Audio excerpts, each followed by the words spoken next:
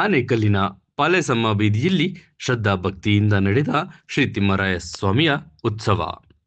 ಶ್ರೀ ತಿಮ್ಮರಾಯ ಸ್ವಾಮಿ ಮಹಿಳಾ ಕೋಲಾಟ ತಂಡದ ವತಿಯಿಂದ ಕೋಲಾಟದ ಮೂಲಕ ಪಾಲೆಸಮ್ಮ ಬೀದಿಗೆ ಶ್ರೀ ಸ್ವಾಮಿರವರ ಉತ್ಸವ ಮೂರ್ತಿಯನ್ನು ಮೆರವಣಿಗೆಯ ಮೂಲಕ ಅದ್ದೂರಿಯಾಗಿ ಸ್ವಾಗತ ಕೋರಿದರು. ಇನ್ನು ಇದೇ ಸಂದರ್ಭದಲ್ಲಿ ಪಾಲೆಸಮ್ಮ ರಸ್ತೆಯ ಭಕ್ತಾದಿಗಳು ಉತ್ಸವ ಮೂರ್ತಿಗೆ ಪೂಜೆ ಸಲ್ಲಿಸಿ ಪ್ರಸಾದವನ್ನು ವಿತರಣೆ ಮಾಡಿದರು.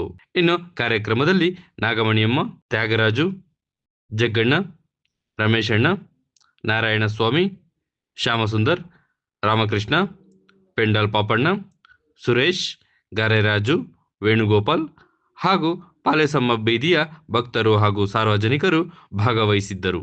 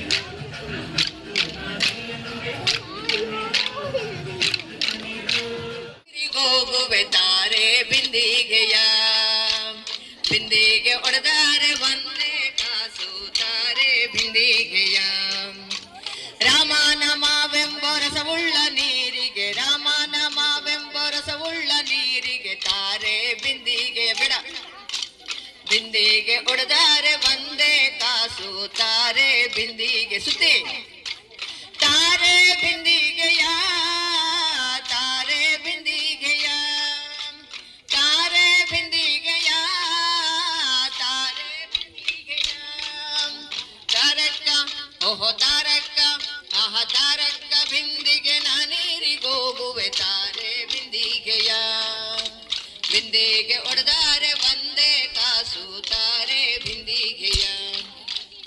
ನಮಸ್ತೆ. ಸುಮಾರು 4 ವರ್ಷದಿಂದ ನಡೀತಿದೆಯಲ್ವಾ? 4 ವರ್ಷದಿಂದ ಈ ಪಾಲೇಶಮ್ಮ ಬೀದಿಯಲ್ಲಿ ತಿಮ್ಮರಾಯ ಸ್ವಾಮಿಯ ಒಂದು ಉತ್ಸವ ಒಂದು ಮೂರ್ತಿಯ ಒಂದು ಅಂಗವಾಗಿ ಹೆಣ್ಮಕ್ಳ ಕಡೆಯಿಂದ ಕೋಲಾಟವನ್ನು ಹಾಡಿಸ್ತಿದ್ದಾರೆ.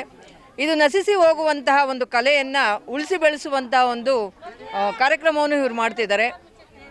ಭಗವಂತನ ಸೇವೆ ಮಾಡ್ತಾ, ಭಗವಂತನ ಧ್ಯಾನ ಮಾಡ್ತಾ, ಮತ್ತು ಅದರಲ್ಲಿ ಲೀನ ಆಗ್ತಾ ಕೋಲಾಟವನ್ನು ಮಾಡ್ತಿದ್ದಾರೆ ಹೆಣ್ಮಕ್ಳು. ಎಂದೋ ಹೋಗಿದ್ದಂತಹ ಈ ಒಂದು ಜನಪದ ಕಲೆಯನ್ನು ಮತ್ತೆ ಉಳಿಸಿ ಬೆಳೆಸುವಂತಹ ಒಂದು ಕಾರ್ಯಕ್ರಮ ಆಗ್ತಿದೆ. ಇದು ಎಲ್ಲ ಕಡೆನೂ ಆಗಬೇಕು. ಯಾಕಂದರೆ ಭಗವಂತನ ಒಂದು ಭಜನೆ ಆಗಲಿ, ಒಂದು ಇದಾಗಲಿ ಆದರೆ ಜನ ಬರೋದೇ ಇಲ್ಲ. ಯಾವುದಾದ್ರೂ ಆರ್ಕೆಸ್ಟ್ರಾ ಅಥವಾ ಮತ್ತೊಂದರು ಅಂದರೆ ಹೋಗ್ತಾರೆ. ಈ ಥರ ಕಾರ್ಯಕ್ರಮಗಳಿಗೆ ಜನ ಬರೋದೇ ಕಷ್ಟ, ಇಷ್ಟನೂ ಪಡಲ್ಲ. ಅಯ್ಯೋ ಏನೋ ಮಾಡ್ತಾರೆ ಹೋಗಿ ಅಂತ. ಆದರೆ ಇದನ್ನೊಂದು ಮಾನಸಿಕವಾಗಿ ದೈಹಿಕವಾಗಿ ಆಗುವಂಥ ಒಂದು ಕಲೆ ಇದು.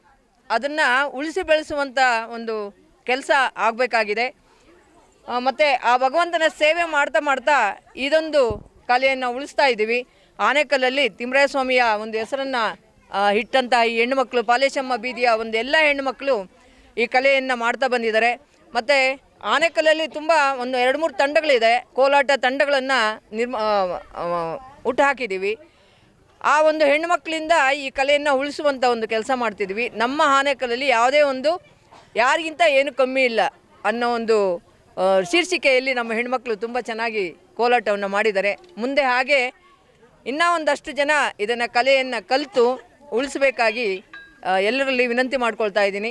ಆ ತಿಮ್ಮರಾಯ ಸ್ವಾಮಿಯ ಒಂದು ಕೃಪೆಯಿಂದ ಎಲ್ರಿಗೂ ಆ ಭಗವಂತನ ಒಂದು ಆಶೀರ್ವಾದ ಸಿಗಲಿ ಅಂತ ಹೇಳ್ತಾ ನನ್ನ ಮಾತನ್ನು ಮುಗಿಸ್ತೀನಿ. ಹರಿ ಓಂ.